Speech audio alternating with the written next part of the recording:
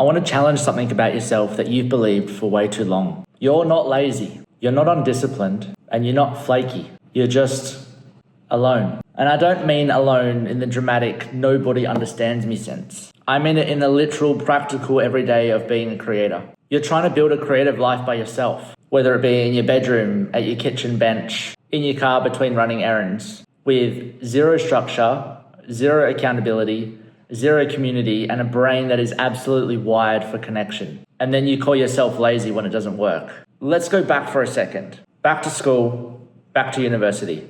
Think about how creativity happened back then. You made things around people. Group projects, classrooms, deadlines from teachers, teammates. You were never actually creating alone. You had structures around you. You had timetables. You had expectations.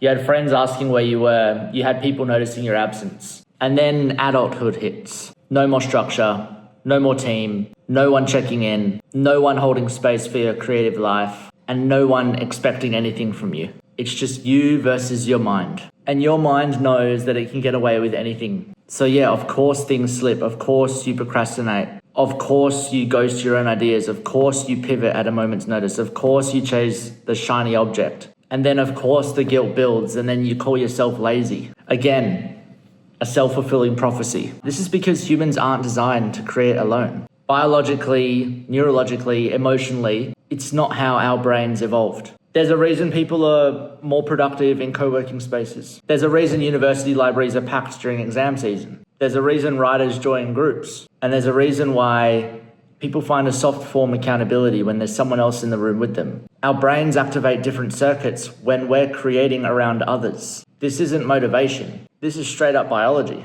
When someone else is there, even virtually, your brain goes, oh, we're doing something. I should take this seriously. It's like a part of you wants to show the people in the room that you're like doing the work, that you're getting stuff done. It releases different neurochemicals. It increases your attention. It reduces your anxiety. It calms the nervous system and it anchors you in the present moment. Your brain doesn't negotiate with you anymore because now you're not alone in this task. And yet most creators are out here trying to brute force their creativity and they think they're lazy or a flake when it doesn't work. Let's talk about the real cycle that you've been stuck in and tell me if this sounds familiar. You get excited about a new idea. You start strong for 2 or 3 days. Then life happens, work, stress, fatigue. So you miss a day, then another.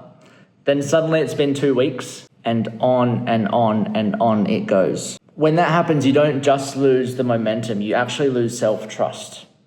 And that's why it's so difficult for you to come back. Because now the idea of coming back to your creative self feels heavier. You procrastinate more because starting feels overwhelming, and the more that you put it off, the bigger that mountain gets, and the bigger that anxiety gets. And so you avoid it like the plague. You start telling yourself, I'm inconsistent. I can never stick to anything. Maybe the creative life isn't for me anymore. Everyone else is more disciplined than I am. That's not true. It's never been true. You're not inconsistent. You're unsupported. You're not unmotivated. You're isolated. And you're not broken.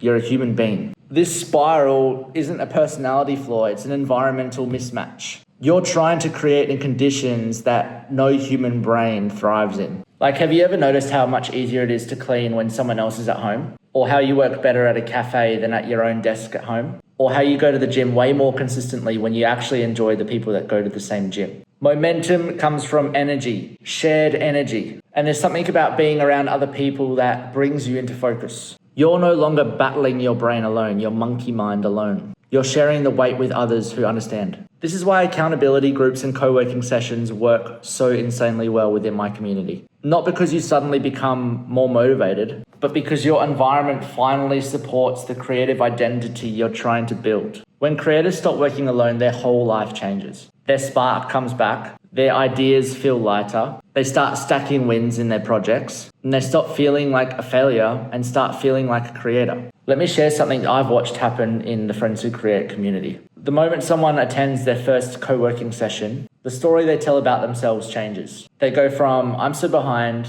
I'm stuck, I'm lazy, to, oh, I just needed people. I just needed someone else in the room. I just needed a rhythm. I needed the structure. Once that happens, the creative identity shifts. Because humans don't change through willpower. We change through environment. The moment that you create alongside others, You remember something that you forgot. You are a creator.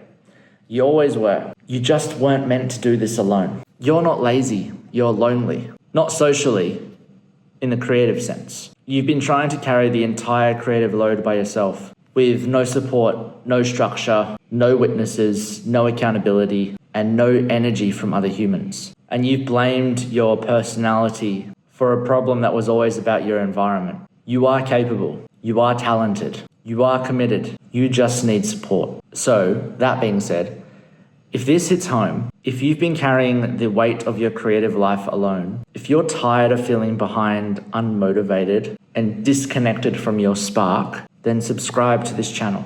This channel is here to rebuild your creative identity, your confidence, and your momentum with people who finally get what you're going through. You are not lazy. You're just creatively alone, and you don't have to be anymore.